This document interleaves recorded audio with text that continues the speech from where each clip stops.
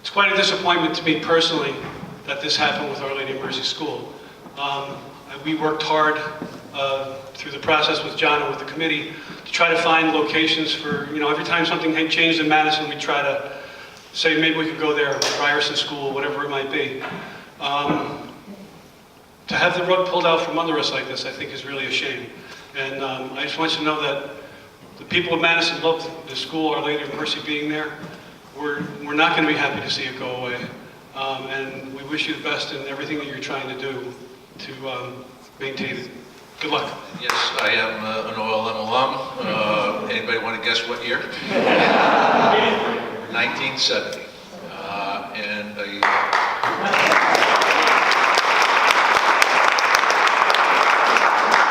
Before I lend support to your effort, I want to tell you one quick story about OLM.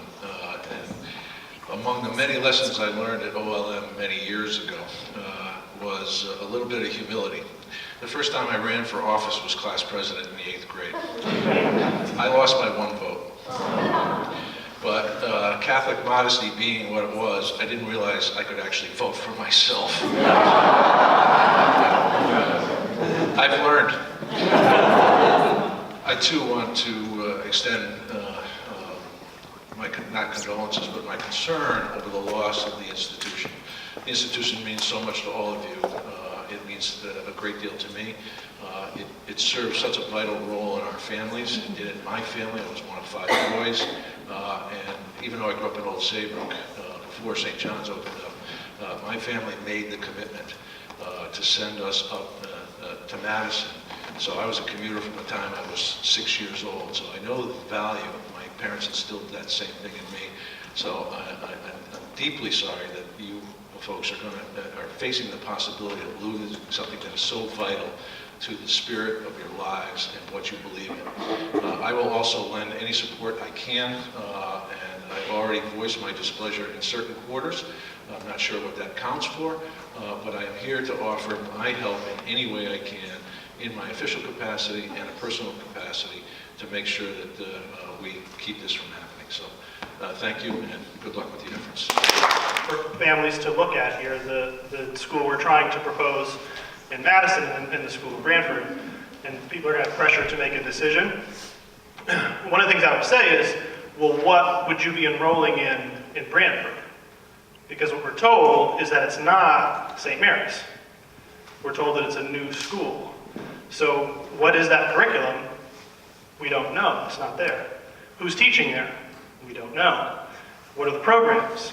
We don't know. What are the extracurriculars? We don't know. So if you're looking at this Brantford entity, it's an unknown. And so is this, to be honest. But I don't think you can make the case that you have a safe choice in one and an unsafe in the other, because we're told it's a new entity, and anything we know about the new school, we're being told by its leadership. So do we want to hear from that leadership? What do we feel about the message that we get from that leadership?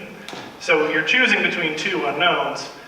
If this plan goes forward with a sound, long history Catholic sponsoring organization, you can look at that history as something that might reflect what your school would be in Madison, as opposed to the new entity in Brantford. So you do have pressure, you do have 2 unknowns. I wouldn't say that you're going from a sure thing in one area and an unsure in another. So hopefully that. We don't know.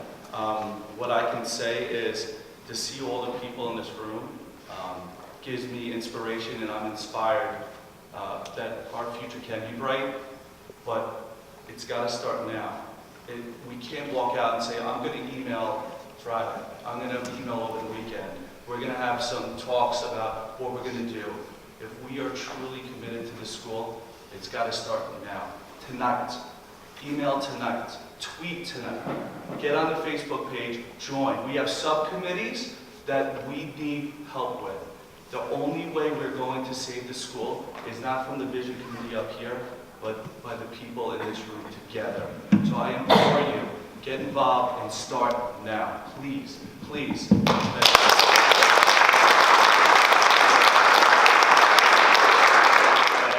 writing is on the wall, the way that they're setting up that school as well. When we had sisters here, they're able to speak their mind freely and say what, say how they feel about the school. And I think if you see the hierarchy, the way they're setting up the new school in Branford, the sister is taking a backseat to our current principal, who is under the thumb of the archdiocese and is able to control. So I think that's really important, just to piggyback on what we've been saying, is the writing on the wall to see exactly what direction it's going to head in anyhow. Thanks, Ron. And that's an excellent point in terms of. We just wanted to just take a moment and share with you some of the work that we've been doing over the past 2 years.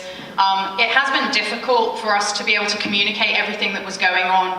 That we learned as we went along really has been by design. We were asked not to share a lot of information out with the community, but to keep it within the confines of the board and the vision committee. But over the past 2 years, through the Vision Committee, which was a subcommittee, not an ad hoc committee of the board, we met every week, as you know, every Monday, to really strive to find a home for OLM. We believe in the 2 years, although it was a slow progress, we were successful in that mission. We were able to get an extension to the lease till 2023, which for the medium term secured the future of our children and their ability to go to that school. We executed a feasibility study which demonstrated that we were able to raise $2 to $3 million to continue to grow whatever solution we found to a permanent home to OLM, and we were committed to moving that process forward. And so we were as surprised as you were on that Thursday evening to receive that email announcing what was happening to the school. We're going to keep working. We're not done.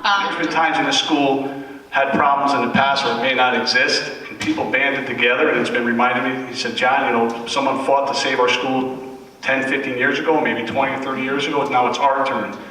The only difference is we want to do this, be successful, make it successful and sustainable for decades and decades to come, and be a model Catholic school that everyone else will want to copy.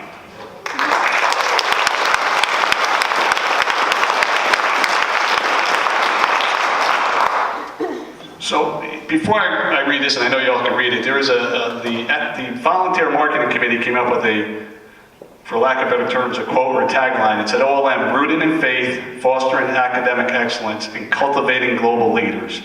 And to me, that's very important, about cultivating global leaders. But OLM is about a community of caring teachers, engaged parents, and a student body that is encouraged to love one another, support one another, and grow together.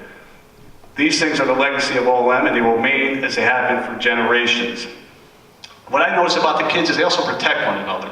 They stick together and they help one another. And part of that is, yes, obviously the school, and part of that is the parents, but it's a very special thing. And